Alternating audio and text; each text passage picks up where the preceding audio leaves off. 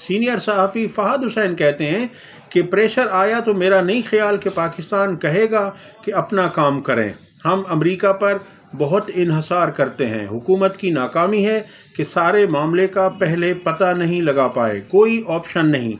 کیا گرینل کو گالی دیں گے؟ ٹرمپ کو برا بھلا کہیں گے؟ اب یہ پھنس گئے ہیں. یہ فہد حسین کا کہنا ہے اور وہ حکومت کے ساتھ ان کی لائن ہے. اگلی خبر یہ ہے کہ نون لیگ کے فارم 47 کے قومی اسمبلی کے ممبر حنیف عباسی نے رات وسیم بادامی کے شو میں گفتگو کرتے ہوئے کہا، وسیم بادامی نے ان سے سوال کیا کہ اگر امریکہ سے عمران خان کی رہائی کے لیے کوئی دباؤ آیا تو آپ کیا کریں گے؟ اس پر حنیف عباسی نے کہا کہ امریکہ کی طرف سے نہیں، رچرڈ گرینل کی طرف سے آیا ہے. تو وسیم بادامی نے کہا کہ رچرڈ گرینل ڈونلڈ ٹرمپ کے خصوصی ایلچی ہیں، صدر کے خصوصی ایلچی ہیں، تو آپ ان کو کیا ایبسولوٹلی ناٹ کہیں گے؟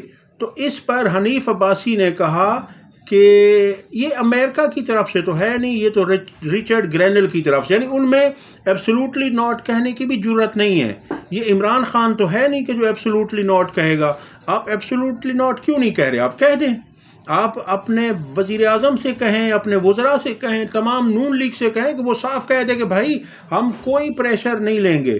کوئی بھی ہمیں کہے، چاہے رچرڈ گرینل کہے یا ڈونلڈ ٹرمپ کہے یا کوئی بھی ہمیں کہے گا، ہم خود مختار ملک ہیں، ہم کسی کی بات نہیں ٹالیں گے. آپ میں اتنی جرت ہے؟ آپ میں اتنی جرت ہی نہیں ہے. تو انہوں نے کہا، حنیف عباسی نے، کہ یہ جو ہے رچرڈ گرینل، یہ اس کا تعلق گولڈ اسمتھ فیملی سے ہے. تو اس پہ صحافی نے کہا کہ گولڈ اسمتھ فیملی سے ان کا تعلق ہے؟ بولا جی ہاں، ان کا ان سے ذاتی تعلق ہے، فیملی تعلق ہے، کاروباری تعلق ہے، گہرا تعلق ہے. یہ انہوں نے رچرڈ گرینل پر الزامات لگائے. پاکستان ایک خود مختار اور آزاد ملک ہے. یہ ممکن نہیں ہے کہ کوئی ہمیں کہے گا جی فلاں قیدی کو چھوڑ دے تو ہم کسی قیدی کو چھوڑ دیں. اگر امریکہ کہہ رہا ہے فری عمران خان، تو آپ کا جواب ہے ایبسولوٹلی ناٹ.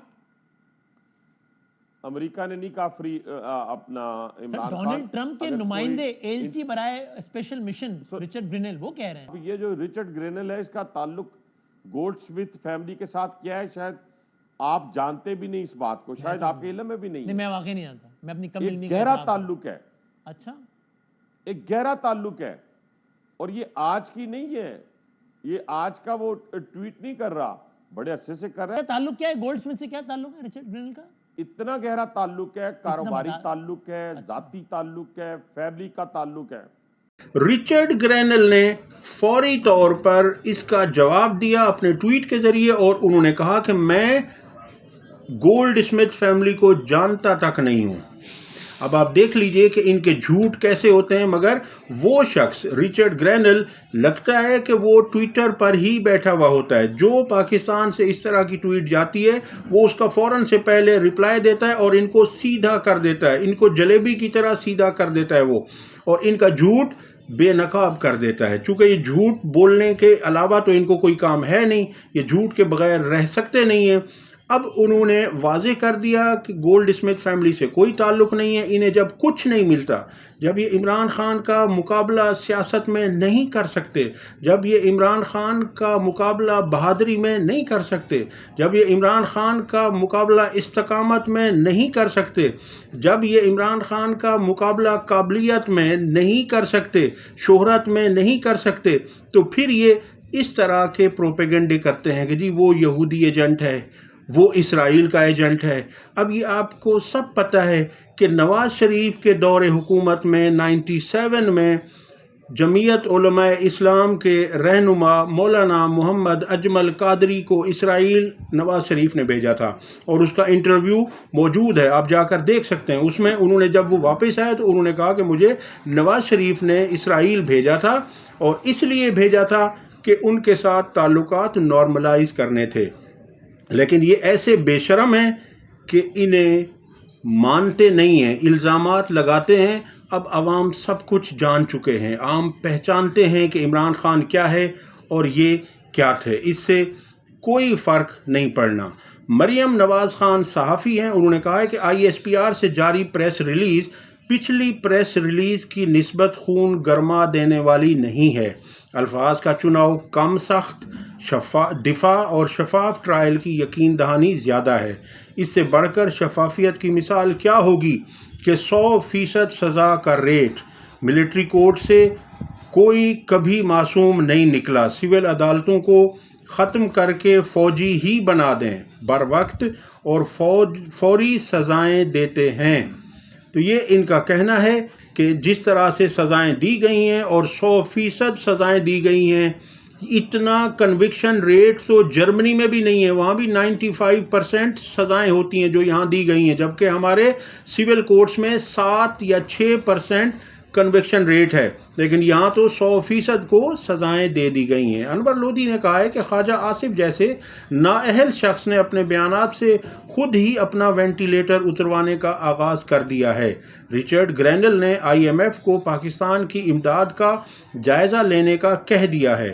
یہ احمق حکمران پاکستان کے لیے مصیبت بن چکے ہیں، ان کا ایک ایک دن اب پاکستان پر بھاری ثابت ہو رہا ہے۔